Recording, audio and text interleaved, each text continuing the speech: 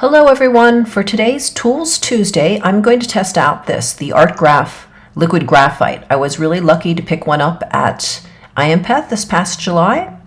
This liquid graphite was tested and proved by Paul Antonio himself, PA Scribe. This is also made by Viarco in Portugal, and it is a great choice for calligraphy, hand lettering, drawing, and painting.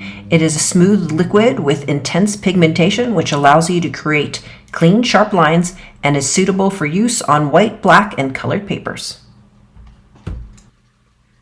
So when we open up the little pot of liquid graphite, we'll find that inside there is this extra seal, which is great because that guards against spills. And when you look at it, when you first open it, you can see that it is indeed a liquid. The probably top half of it is sort of mostly water, and on the bottom, as you can see right there, is the graphite sort of sludge. And so you really need to mix it very well. So what I did was I took a little bit of the liquid graphite after I mixed it up and put it into a small container, and I mixed it with water. And I used a 1-to-1 ratio of liquid graphite to water, which was the consistency that was recommended by Paul Antonio. To be honest, it took me a little while to get the consistency correct to be able to flow well from my nib. I kept adding water and subtracting water to get it to flow well. I also tried several different types of nibs to see what would work better with this liquid graphite. In the end, I went with my trusty LPEF.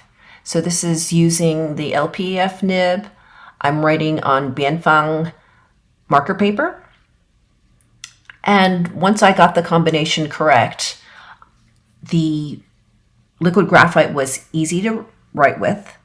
It kind of felt sort of like a thicker sumi ink.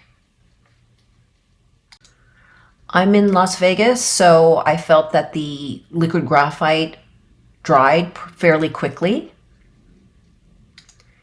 And once it dried, it was about the same color that you see there, sort of very dark graphite color, not a deep black color.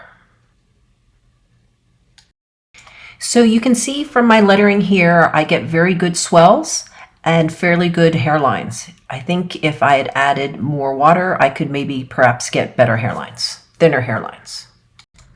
So after it dried, I wanted to play with the dried graphite a little bit. So I took my trusty black eraser and I tried to see if I could actually erase it. I couldn't really erase it. What it did was it kind of burnished it, and I kind of smudged the graphite.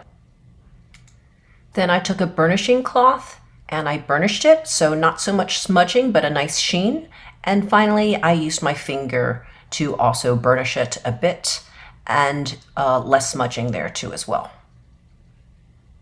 So in this close-up, you can see the graph is untouched. The art has a nice sheen after I went over it with the eraser. This is with the burnishing cloth, also has a very nice sheen, and this is with my finger. I didn't smudge it very much, but you could certainly smudge it more. In conclusion, I would say this liquid graphite is super fun to play with. I know I haven't even scratched the surface of what it can do. And the great news is you can now buy it at John Neal Books.